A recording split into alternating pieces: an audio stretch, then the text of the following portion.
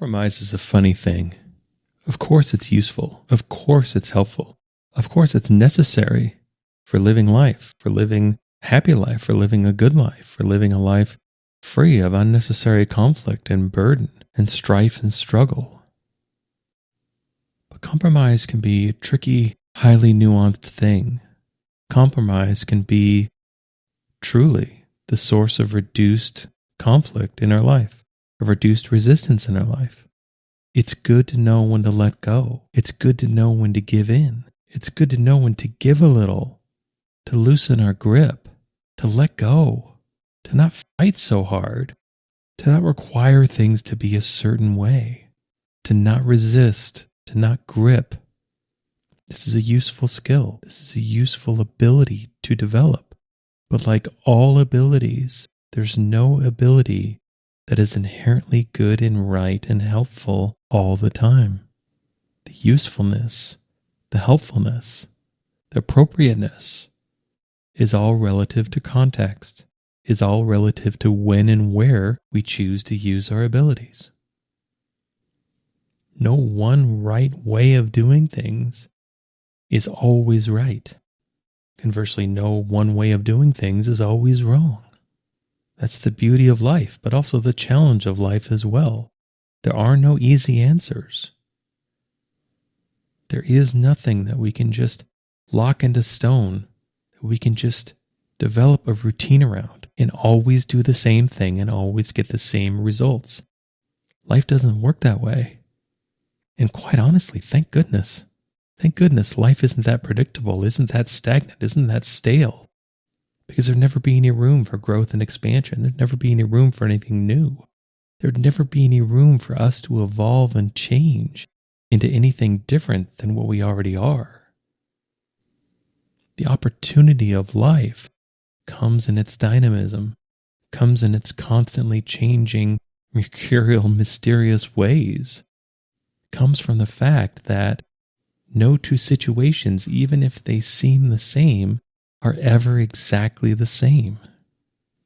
Sometimes the differences are very subtle. Sometimes they're very minute. Sometimes they're very difficult to see. But life is never really fully the same twice. That's why living life is a practice. That's why learning to live a good life is a skill. It's something we develop. None of us are born with it. But that's what makes it so interesting. That's what makes it so alluring, is it's something that can be developed. It can be worked on. It can be worked towards. Of course, we'll never ever fully get there, but that's kind of the point. That's always something for us to work on. It's always something for us to get better. It's always something for us to do better. It's always an opportunity to learn. It's always an opportunity to grow. It's a game with infinite levels, and we're the ones who get to play it. We're the ones who get to reap all the rewards from it. And that truly is beautiful. That truly is amazing. And so there's a lot of things in life that we find along the way that aren't as inherent, that aren't as consistent as we thought they were.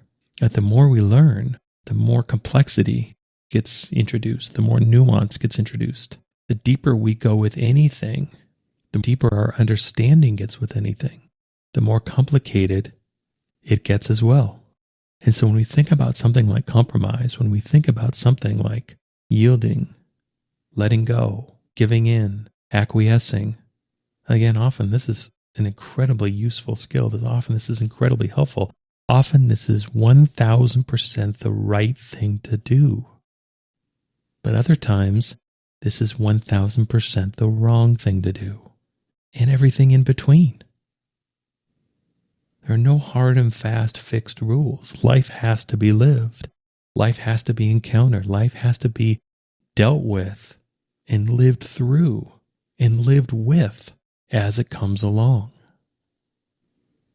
And so it's important to look at the ways that we ourselves live, the ways that we ourselves are, the way that we ourselves approach things, and really bring self-awareness to how we do what we do. Try to bring some awareness and wisdom to why we do what we do.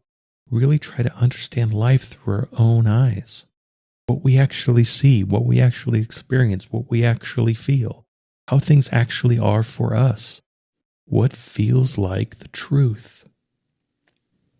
What do we believe has shown itself to be true? What do we feel feels proven, feels real?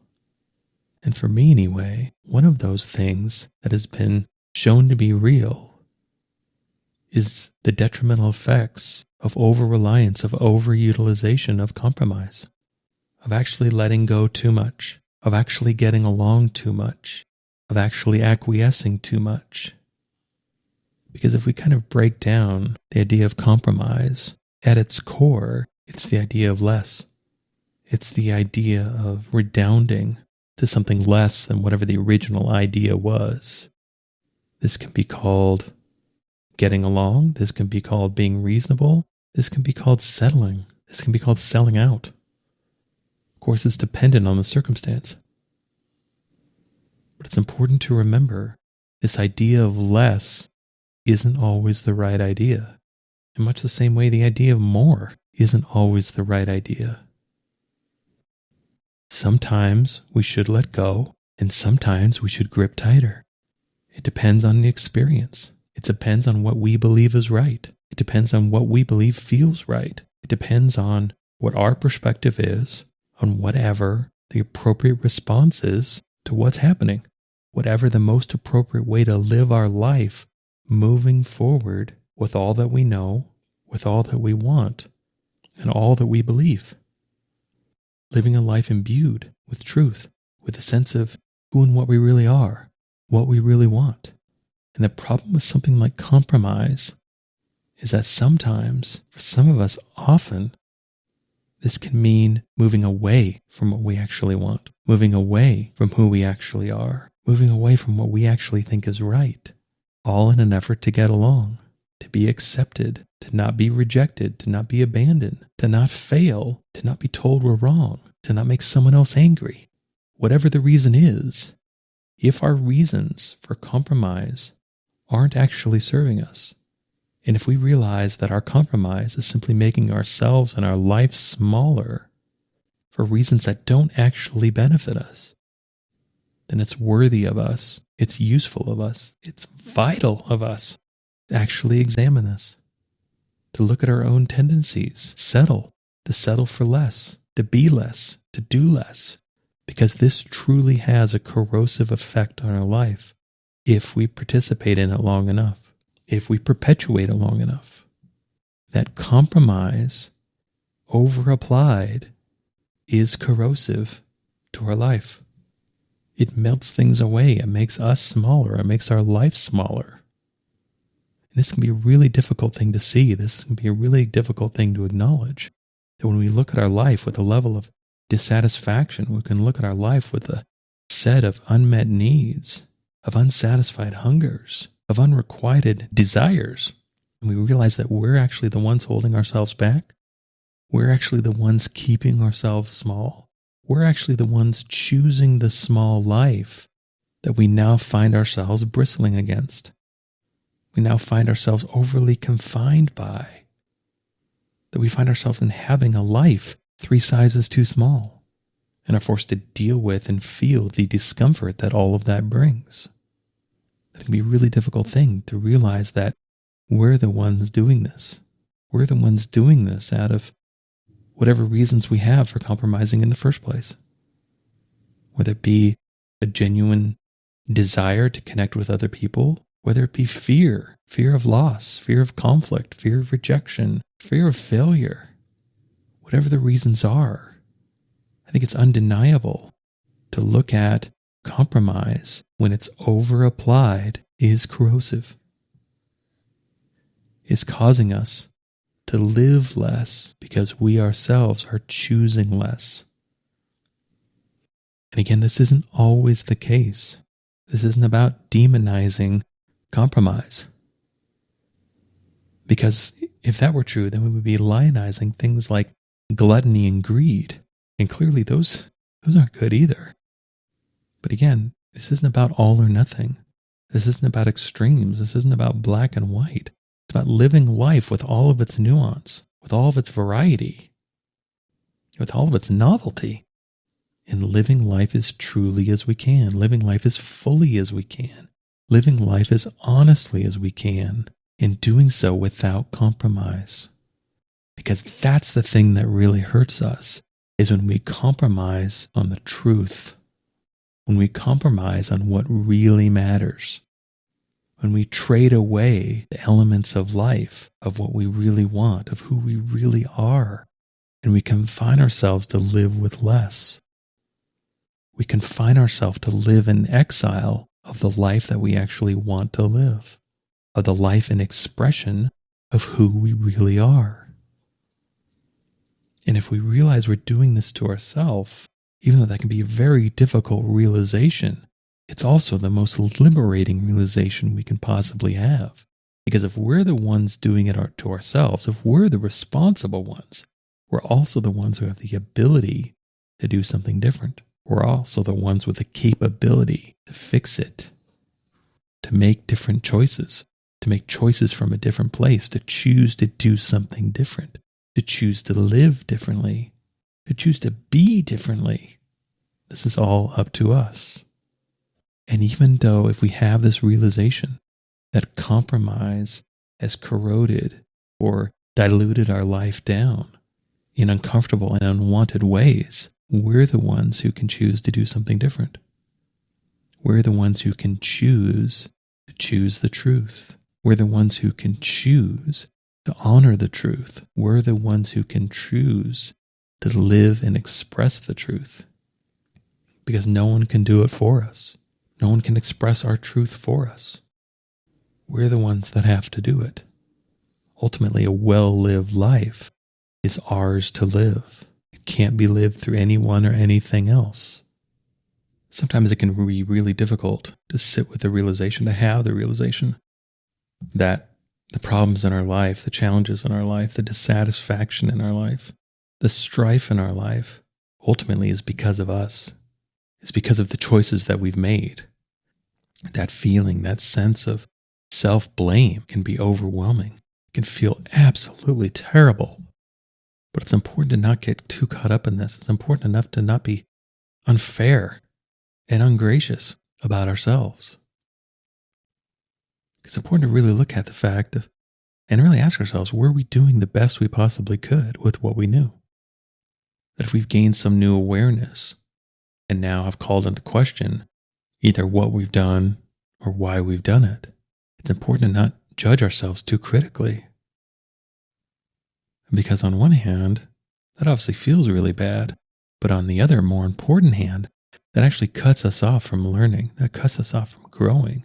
That if we find too much guilt and shame over our own past mistakes, that can keep us from ever really being able to transcend them, ever really being able to learn what our mistakes are trying to teach us, to really be able to see what life is being able to show us, to really be able to continue along the path that we're actually on.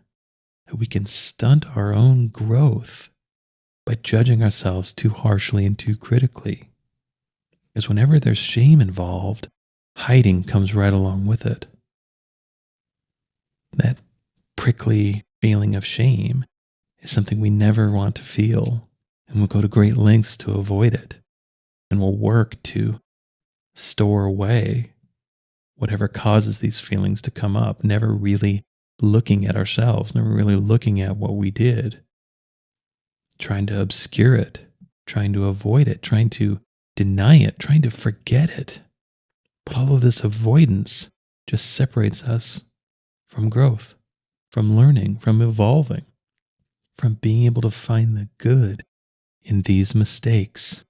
Because as long as we feel guilt and shame, these mistakes will always be labeled and considered and handled as bad.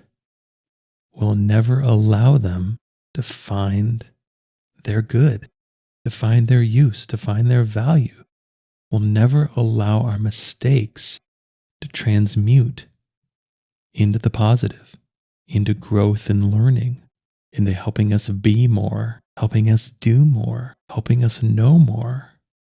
That we squander the value, we sabotage ourselves by not allowing ourselves to learn from mistakes, by separating ourselves from the growth and the awareness that we really want. It's kind of like if one day we step on a scale and the number on that scale is much higher than we expected. Maybe it's 10 higher, maybe it's 30 higher, maybe it's 100 higher. Whatever it is, that shock can be absolutely overwhelming. Because all at once we're forced to confront ourselves, we're forced to confront our choices, we're forced to confront reality instead of being able to deceive and delude ourselves that things are different than they actually are. These deep realizations about ourselves can kind of be like that. Kind of a splash of cold water in the face. The cold water of truth, the cold water of reality. And it's important to be able to absorb these encounters with reality, to be able to have these experiences of the truth, because ultimately this will be what leads us to where we want to go. This will be what creates the ground state for whatever we're trying to achieve, whatever we're trying to live, whatever we're trying to experience. That ultimately a good life is grounded in the truth. But in order to get there, we have to be willing to face the truth first. We have to be willing to see the truth. We have to be willing to acknowledge the truth. We have to be willing to integrate the truth. We have to be willing to live the truth. And again, sometimes this can be very difficult. Especially this can be difficult if we realize that we're the ones who have harmed ourselves. That we are the ones who have negatively affected and impacted our own life, our own experience.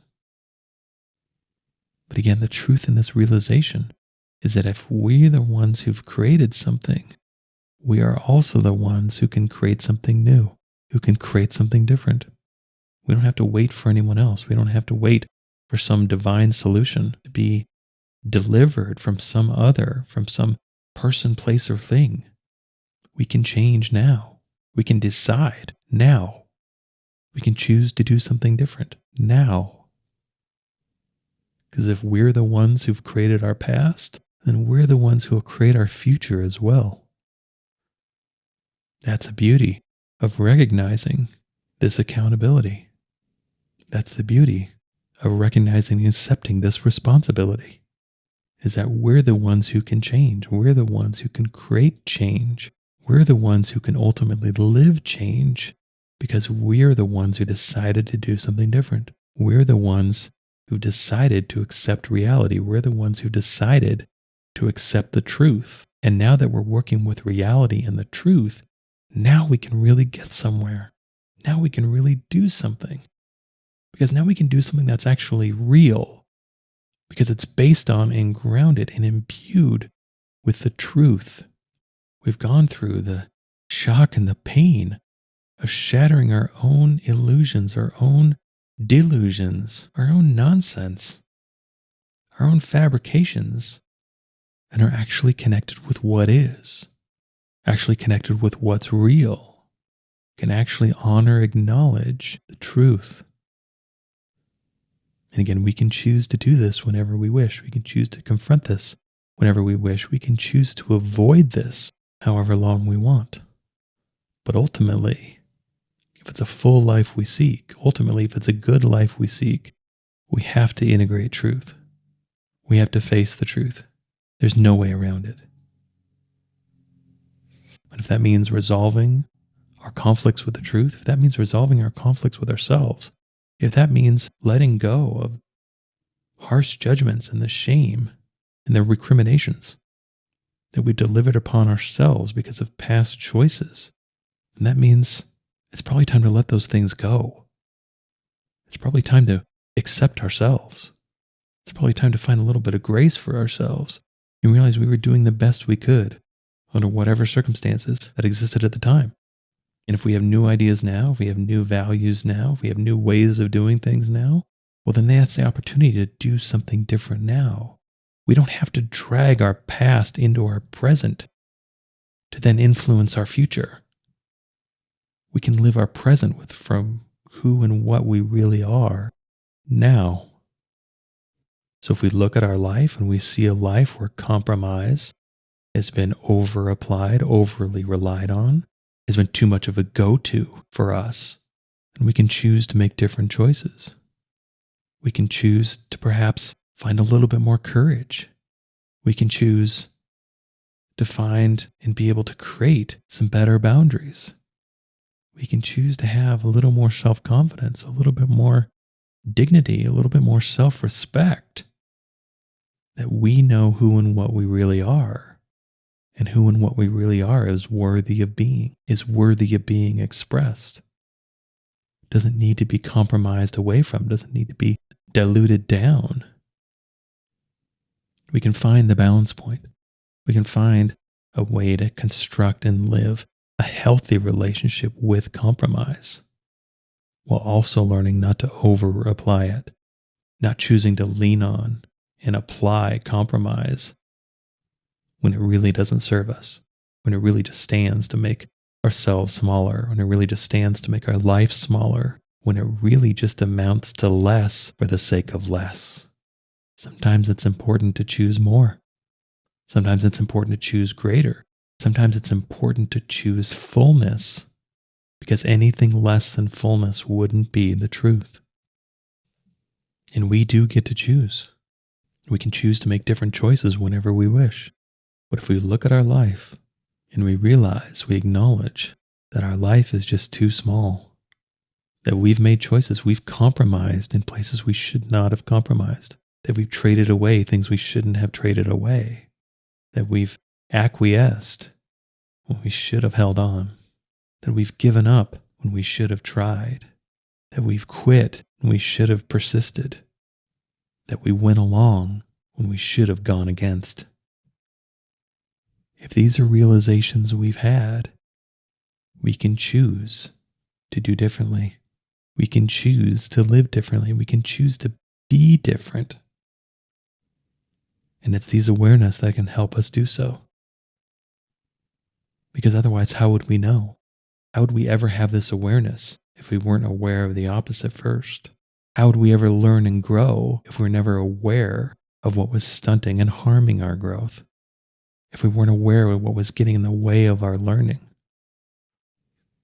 Sometimes the obstacles are the necessary precursors to the progress. And we can choose to find healthy ways to apply compromise. And we can choose, and we can learn, we can decide when it's most appropriate to not apply compromise, when it's most appropriate to not give in, when it's most appropriate to not give up on life, to give up on ourselves, to give up on what we really want. If we realize that we're not living the full life we actually want to live because we ourselves have negotiated and traded it away, well, then we can make different choices. We can stop doing that.